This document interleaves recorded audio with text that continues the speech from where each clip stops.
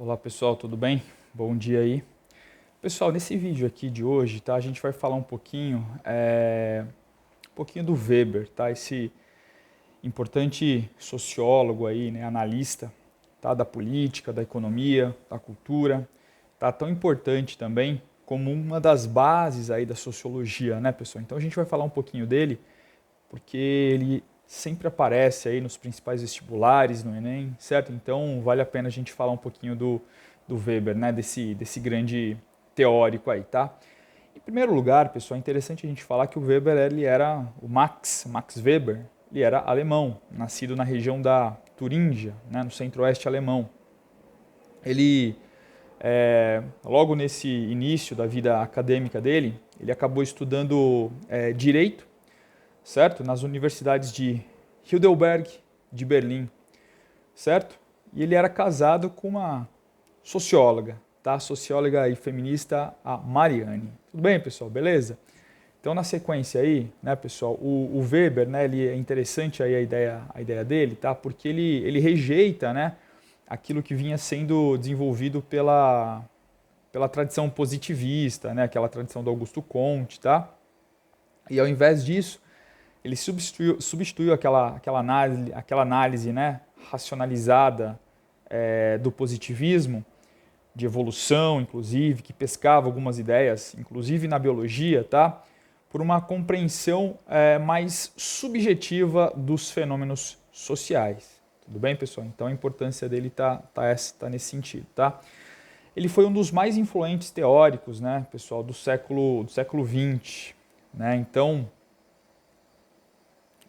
para ele, né, o que importa, ele vai focar principalmente no estudo dos indivíduos, tá, pessoal? E como o que acontece, né, com esses indivíduos dentro dos grupos sociais, tá? E ele fala que o resultado, né, ele fala que os indivíduos, eles são fruto do que ele chamou de ação social, certo? O que seria isso aí, né? Então, pessoal, ação social é o que um grupo ou um indivíduo faz numa determinada sociedade, a própria ideia, certo? Que eu vou falar um pouquinho aí depois aí para vocês, tá? Ele era considerado, pessoal, na época em que ele escreveu, né, muito mais um economista político, né, do que sociólogo, tá? E ele teve uns problemas aí de saúde, certo? Porque ele brigava muito com o pai dele, né? E aí o que vai acontecer? Ele vai sofrer um colapso nervoso em 1906, por conta de uma dessas brigas que ele teve com o pai dele, ele vai sofrer esse colapso, esse surto nervoso. Portanto, cuidado ao brigarem com seus familiares, tá? Seu pai pode ter um colapso aí, você ficar com remorso pro resto da vida. Beleza, pessoal? Então, o que vai acontecer, né? Ele brigava lá com o pai, né? E aí, numa dessas brigas aí que ele teve com o pai desfaleceu e dois meses depois o pai acabou morrendo. Isso causou um rebuliço na vida do Weber, né? Ele teve que se afastar das aulas na faculdade, né? Na universidade que ele dava aula. Ele não conseguia dar aula, né? Então ele pede demissão da universidade e ele ficou afastado, pessoal, até 1919 aí, certo? Então, esse foi o resultado da briga dele. Ele já vinha desenvolvendo um trabalho importante, mas aí por conta dessa briga, ele ele acabou se afastando, surtou, né? E aí o que é interessante, né, pessoal, é que ele, nesse período em que ele ficou afastado aí da universidade, né, ele acabou desenvolvendo os seus melhores trabalhos, né? Isso que é mais interessante da gente colocar, certo? Então, foi um momento em que ele, além de estudos, né, no campo da política, né, ele enveredou para a área da sociologia da religião, né? Então ele estabeleceu aí um novo campo teórico, né, que foi estudar essas questões da religião. E aí o sucesso chegou com a obra aí que vocês devem ter ouvido falar, A Ética Protestante e o Espírito do Capitalismo, né, uma obra de 1905, certo, pessoal? Essa obra, né, a Ética Protestante, ela trata de um assunto bem interessante, de que ele vai tentar entender de como que vai tentar analisar, né, como que os protestantes chegaram, né, ao domínio do empreendimento capitalista, né, trata de como os protestantes, né, chegaram ao domínio do capitalismo, certo? Então ele mostrou que a visão do mundo dos protestantes tinha uma afinidade, né, inerente aos objetivos do capitalismo, certo? Facilitando aí uma ascendência conjunta, né? Então ele vai investigar como foi possível, né, a ascensão do capitalismo mediante uma lógica, né, a cultura propriamente protestante, né, a religião protestante. Ele percebe que existe uma relação intrínseca, né, entre essas duas coisas, né? A própria forma de agir dos protestantes fez com que o capitalismo crescesse bastante, tá? Assim, ele era o Weber, né, pessoal? Se a gente for colocar ele, né, assim, né, dentro de um espectro teórico, tá? Ele criticava o capitalismo, certo? Assim como Marx, tudo bem? Mas ele discordava do Marx no sentido que o socialismo libertaria os indivíduos. Para o Weber, não. Tá? Para o Weber, o socialismo ele não resolveria os problemas, certo?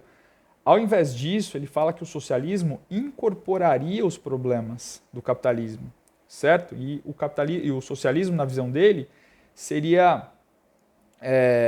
deveria criar uma máquina, né, para complicar ainda, para piorar a situação, o socialismo criaria uma máquina burocrática muito, muito desenvolvida. De certa forma, ele acertou, né? Porque foi o que aconteceu se a gente olhar o regime do Stalin, né, que se desenvolveu ali por volta de 1924 e tal, quando o Stalin chega ao poder, o que vai acontecer? É o que o Stalin faz, ele cria um sistema totalmente burocratizado, né? E esse sistema vai fazer o quê? Ele vai controlar as minúcias do Estado russo, né? Do Estado soviético, inclusive perseguindo aí aquelas pessoas que eram dissidentes aí, né? Que não concordavam com ele, né? Foi o que o Stalin fez, ele matou muita gente, tá? E uma outra ideia, né, pessoal, que ele vai desenvolver é que esse processo de racionalização que vai se desenvolver e que está por trás desse Estado que vai surgir, detalhe, viu, pessoal, ele analisa grande parte da obra dele tendo por mote, né, a unificação da Alemanha, certo? Então a unificação da Alemanha, a gente vai ver em outros vídeos, tá?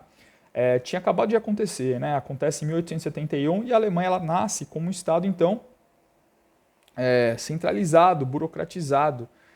Então, nesse sentido também, a unificação da Alemanha acabou influenciando ele bastante, né, nessa teoria que ele escreveu sobre a burocracia, né, sobre como essa burocracia auxilia no desenvolvimento do capitalismo e, ao mesmo tempo, como essa burocracia ela tolhe, né, a liberdade das pessoas, ela reduz a liberdade das pessoas, né, em um conceito que ele elaborou, né, para discutir isso, que ele chamou de gaiola de ferro, certo? Então, a liberdade num sistema burocratizado, num Estado amplo e burocratizado, ficaria cada vez mais restrita, né, e as pessoas presas aí no que ele chamou de gaiola de ferro, tá? Muito interessante aí, pessoal. Então, certo? Muito importante. Como eu estava falando lá para vocês no início, pessoal, né, com relação ao conceito, né, de ação social, o que seria isso, né? A ação social seria trazer à tona, né, a ideia de que todo comportamento humano, certo, ao qual o indivíduo que age, né, todo comportamento humano do indivíduo está relacionado a um significado subjetivo. Então, todo comportamento do indivíduo que age estaria relacionado a um significado subjetivo, certo? Então, beleza? Então, tudo que o indivíduo faz na sociedade é algo subjetivo para o indivíduo, certo? Então, extrapola um pouco, comparando um pouco aquela ideia que o Durkheim desenvolveu, foge um pouco daquela ideia. Lembra que a gente tratou no vídeo anterior? Que de acordo com Durkheim, existiriam instituições, né, como, por exemplo, a família, a escola, a igreja, que acabariam moldando o indivíduo. Para o Weber é o contrário. Os indivíduos atuam de forma aí individual, certo? Sem influência do coletivo e buscando um objetivo, né? Buscando um significado subjetivo nas suas ações na sociedade, tá? Então, essas ações sociais, pessoal, que ficariam restritas ao indivíduo, né? Elas acabariam substituindo as antigas formas de comportamento, tá? Muitas delas baseadas nas tradições, nos interesses comuns, tá? Na moralidade. Então, a ação social é algo do indivíduo e como o indivíduo atua naquela sociedade em que ele vive aí, certo, pessoal? Então, é muito interessante a gente olhar para esse lado aí da teoria do Weber aí, tá? Uma outra forma, uma outra questão, né, que ele acabou desenvolvendo também foi ele também foi um estudioso dos mecanismos de poder, tá? De como a ideia de poder, do conceito de poder, como que isso atua e se desenvolve nas sociedades, certo, pessoal? Então ele escreveu um livro chamado assim, ó, Política como Vocação, Política como Vocação, tá? E nesse livro, Política como Vocação, ele estabelece o seguinte, isso é muito importante, tá, pessoal? Inclusive os regimes democráticos, né, liberais democráticos, acabam fazendo uso dessa noção, inclusive, tá? Ele fala assim, ó, que o Estado é o único que tem direito de usar a violência, tá? O Estado é a única instituição, certo? Na sociedade atual, por exemplo, que a gente vive, que teria aí o direito de usar a violência, tá? O Estado tem um monopólio exclusivo da violência, tá? Então, por exemplo, quando as pessoas saem às ruas para fazer protesto, né, e muitas vezes acontece aí de pessoas, sei lá, destruírem patrimônio público. O Estado ele tem o poder de fazer o quê? De ir lá e prender essas pessoas. Ou atirar com bala de borracha nessas pessoas. Entendeu? Então, para ele, de acordo com essa ideia, o Estado seria o quê? A única entidade que teria o poder de usar a violência nesse sentido que eu estou falando para vocês aí, sociológico, tá? Certo? Então, e no outro livro lá, pessoal, que ele escreveu, né, chamado Classe, Estamento, né, e Partido, o que ele vai definir? Né? Ele vai falar assim, que o poder é a chance de um homem ou de um grupo de homens em satisfazer a sua própria vontade, certo? Em uma ação comum. Então, é isso, né? Em uma sociedade existem grupos sociais que têm interesses diversos, né?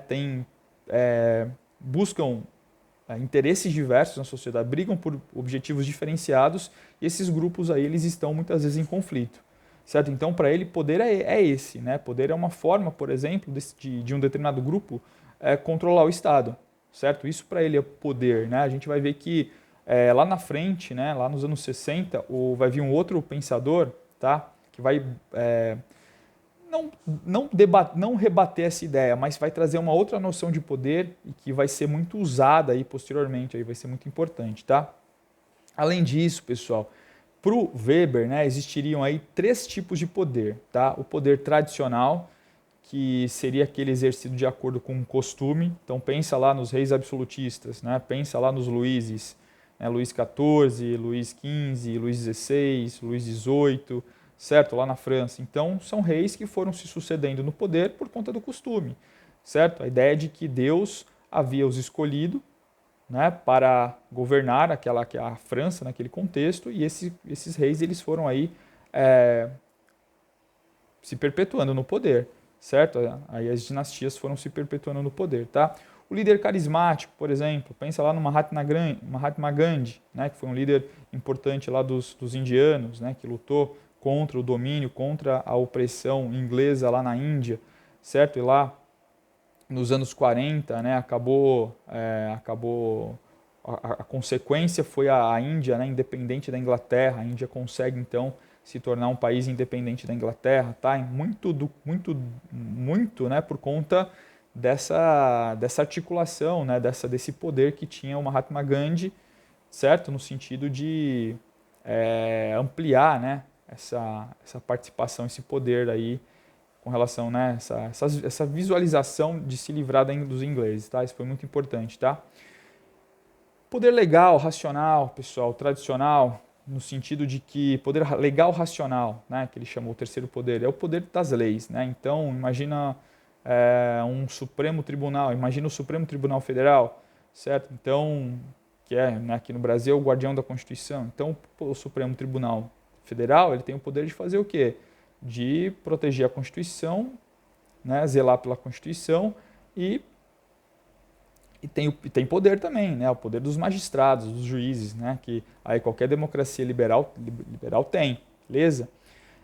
Certo? E aí, pessoal, o Weber, né, a gente não pode esquecer do pezinho que ele tem aí na filosofia, né? Então todo esse processo, né, pessoal, o tema filosófico por trás né, que o Weber gostava, se interessava, eram as questões que envolviam a liberdade humana, certo? Então, como que ele encarava, né, essa liberdade humana em uma sociedade cada vez mais racionalizada, né, mais ali que aprisionava os seres humanos, né, a burocracia.